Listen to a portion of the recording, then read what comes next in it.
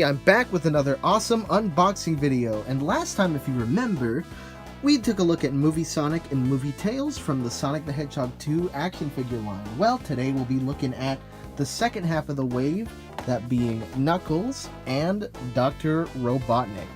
I'm very excited to get these open, so let's go ahead and do that. And first up, we'll be taking a look at Knuckles the Echidna. And here is Knuckles. First impressions of this figure, wow. I think this has got to be my favorite one so far. I mean, out of the 4, and the 3 I've actually looked at, Knuckles probably looks the best. I mean, just everything about him, just his expression, he looks so, like, intimidating. He's mad. I love his articulation. He's like a pretty bulky figure. He stands up really well, which I can't really show right now because I'm holding him upwards. They put metallic details on the top of his, I'm guessing his buckles, or these little Lego looking things, which looks great. Just everything about him, you know, and like all these figures, he has all that really nice detail on his fur and such. But yeah, he looks great. And another thing is, like all the other ones too, he has elbow articulation, which gives a bigger range of just cool poses you can do. Now, his head is like, you can turn it, but it doesn't turn very far because of his dreads that just kind of get in the way. Just like the original Knuckles. Let's see, he's got his leg articulation, which is pretty good. It's a very solid figure. The joints are very stiff, and none of them are loose, which means he'll stand pretty well. And yeah, he just looks awesome. Now, his accessory is not as awesome because it is actually the exact same thing as Sonic's accessory, which is the metal debris snowboard thingy. Like, let me get Sonic's and I can show you that it is pretty much the exact same piece. I mean, I guess because they both use a snowboard, but I honestly think they could have done a little better with choosing something. Nonetheless, you know, I don't really care for that accessory that much. That's really all I gotta say about this figure. I mean, I'm just completely, you know, satisfied with how this guy looks. He is probably the best figure from the set, you know, so far. We'll take a look at Robotnik next, and maybe my opinions will change. And finally, the one that I've been waiting the longest to get my hands on, Dr. Robotnik. And last for this review, here he is, Dr. Robotnik. Wow. All I can say is wow, because I won't lie, this is the best thing ever.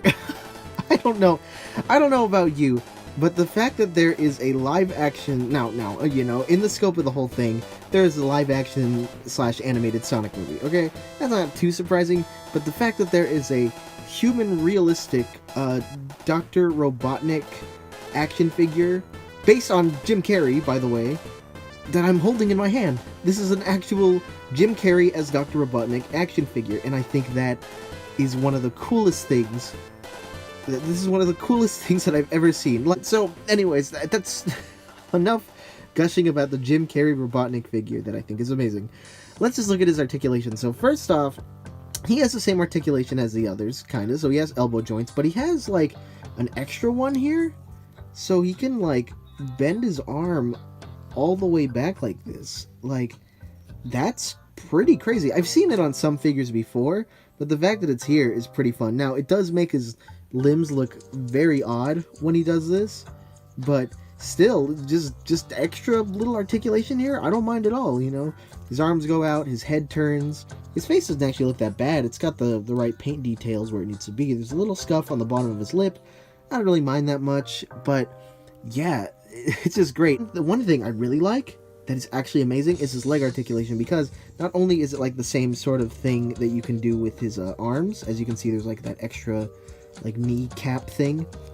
His coat is like a rubber material or something. Like, it's actually like a rubber material on all these like black accents, and when you bend his leg up, it actually bends the rubber. It gives him more mobility. With him, it works pretty well. Now let's take a look at Robotnik's accessories, which he actually comes with 2, surprisingly. One is this amazing little non-labeled, just simple little coffee cup, because if you know, he really likes his lattes made by Agent Stone in the movie, and you can make him hold it. Oh my gosh, this is incredible.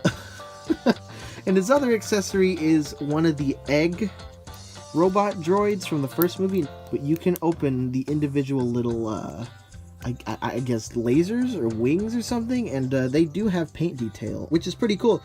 What sucks is they didn't actually paint the front. Like, it's supposed to have, like, a red eye in the middle, but it just doesn't. But still cool that he gets two accessories. Probably because the coffee cup was really small and they just wanted to give him something else. But no, he gets his own little egg drone, which is like a bonus figure in a way. So that's pretty cool. So gosh, I don't know what else I can say about this figure. As you can tell, this is my favorite. I'm sorry, Knuckles. I know I hyped you up and said he was the best, but this is my favorite figure for the movie line so far. With all that said about Dr. Robotnik, let's take a look at scaling. So here we have all four of the figures from this wave, and they all look pretty good together. Well, no, that's not true. They almost all look pretty good together because the animal characters, they look great, you know? Knuckles is the tallest, Sonic is the second, and Tails is the smallest. Now, Robotnik is not as tall as he normally would be in the movies because he's a human, and these guys are just supposed to be small 3-foot to 4-foot animals. I'd assume, I think. I actually haven't looked it up, but don't quote me on that. Either way, he's supposed to be way taller, but obviously for the sake of the $10 price and that they all have to kind of be 4 inches, he's this tall, but at least he is a little taller.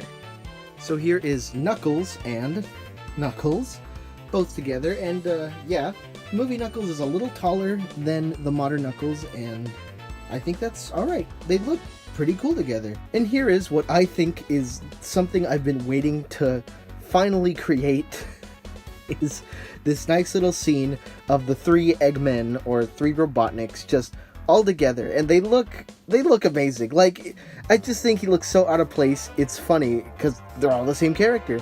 No size comparison, he is slightly taller than modern Eggman, but he's not as tall as classic Robotnik over here, but he still looks amazing with them.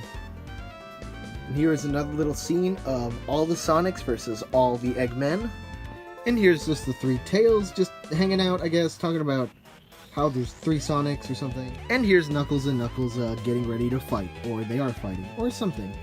So what more can I really say about these figures? Well, they're great. I really am glad that Sonic Movie 2 finally got us some actual, real good Sonic movie merchandise, because for the first movie, there wasn't really much, and that's probably in part because Sonic had a really bad design when the movie was first shown, so they redid everything, delayed it, and that probably resulted in a lot of the merchandise just not coming out. But how lucky is it that we get these amazing 4-inch figures, and, you know, there's some plushes, and I think the 2.5-inch figures are also pretty cool. But I'm really excited for this movie. It just, every trailer just makes it look better and better. It seems very accurate to the stories in the games, which is something that was kind of missing from the first movie. So I think the second movie kind of being its real step into, like, Sonic lore, I guess, and just more about the characters than the human actors or whatever. It's just, I'm sure it'll be a really good time. But funny enough, there's another wave of these coming out. Now, what figures will be in it, we don't know yet. Now, it could be a new character that we don't know is in the movie, or it could just be a variation of one of these guys, which I honestly would think it would be that, unless it is some crazy character, but we won't know until the movie comes out in April. So that's the end of the video, guys. Thanks for watching, I hope you liked it, and I'll see you again soon.